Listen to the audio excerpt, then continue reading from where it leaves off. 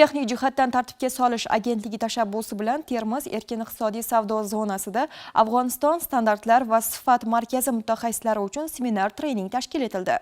Unda soha mutaxassislari hamkorlik aloqalarini mustahkamlash, savdodagi texnik to'siqlarni kamaytirish masalalari yuzasidan fikr almashdi. Hozir shu haqida.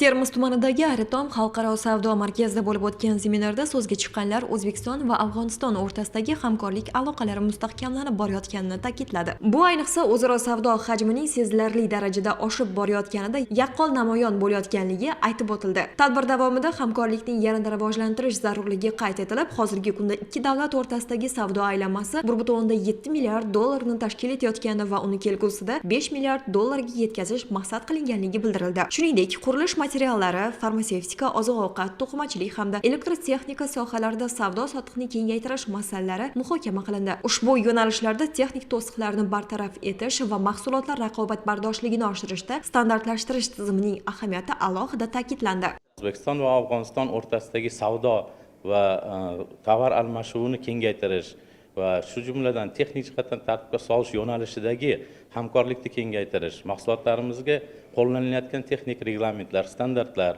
metrologiya xizmatlari, akkreditatsiya xizmatlari va shu jumladan muvofiqlikni baholash, ya'ni sertifikatlashtirish va deklaratsiyalashtirish yo'nalishlarida nazariy va amaliy mashg'ulotlar o'tkazildi. Mashg'ulotlar davomida o'zaro fikr almashildi va Afg'oniston mutaxassislari tomonidan berilgan savollarga atroflicha javob berib, O'zbekistondagi bugundagi amalda bo'lgan texnik jihatdan tartibga solish yo'nalishidagi faoliyat, bugungi kundagi amalga oshirilayotgan islohotlar to'g'risida batafsil ma'lumotlar berildi va Afg'onistondagi bo'layotgan standartlashtirish yo'nalishidagi yangiliklar va ularning bugungi kundagi qo'yilayotgan mahsulotlarga qo'yilayotgan talablari bilan tanishildi. O'quv kursi yakunlari bo'yicha Afg'oniston mutaxassislariga standartlashtirish instituti tomonidan malaka sertifikatlari topshirildi.